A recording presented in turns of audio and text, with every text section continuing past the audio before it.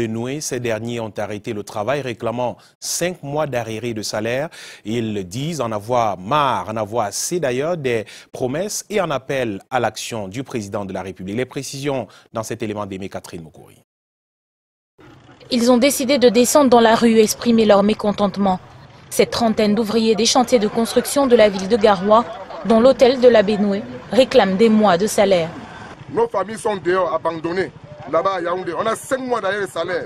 On ne parvient pas à manger ici au nord. Actuellement, vu l'hospitalité des gens du nord, qui ont souffert, qu'on doit l'argent des maisons, qui ont souffert même de nous soutenir pendant 5 mois, maintenant ils sont à bout. Ils ont dit qu'ils sont dépassés. Maintenant on est lésés, on est laissé abandonner à nous-mêmes. On n'a rien là. Parce qu'il faut qu'il y ait une solution, il faut qu'on trouve une solution. Parce que quand une chose se passe dans ce pays, on vient avec la loi antiterroriste, on dit que ce sont les rebelles. Nous, on a travaillé normalement. On a faim. Si les adultes vous disent qu'ils ont déjà faim, combien de fois leur famille, nos enfants, sont chassés des écoles? Est-ce que le président Paul Biya, qui est son le père de la nation, est au courant de cette situation? Je suis sûr qu'il n'est pas au courant. Les chantiers ne reprendront selon eux que quand le chef de l'État répondra à leurs doléances. Une situation qui survient quelques jours après le passage de la ministre de l'Habitat et du Développement urbain. Célestine Ketcha-Courtès évoquait le lien entre ces chantiers et l'emploi des Camerounais. Tous ces projets sont là, sont faits pour employer les Camerounais, pour employer les riverains, et c'est prescrit par le président de la République. Vous ne pouvez pas engager un chantier sans vous assurer qu'il y a une mobilisation citoyenne autour. Cependant, les employés du chantier, eux, attendent d'être payés pour le travail effectué.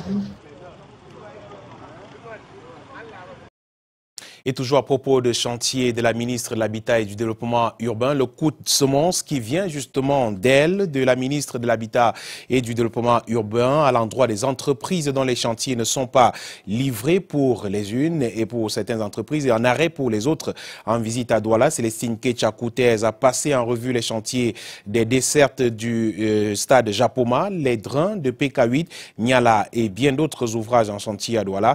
La ministre a ordonné la reprise immédiate des travaux et menace par ailleurs de résilier les contrats des entreprises dont les chantiers sont en arrêt jusqu'ici. Je vous suggère d'écouter la ministre de l'Habitat et du Développement urbain, Célestine Ketcha-Courtès, au sorti des travaux de Douala. C'est au micro de Robert Chalitok et Thierry Nana.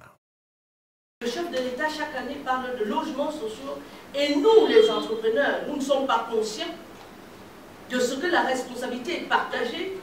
Ça fait mal.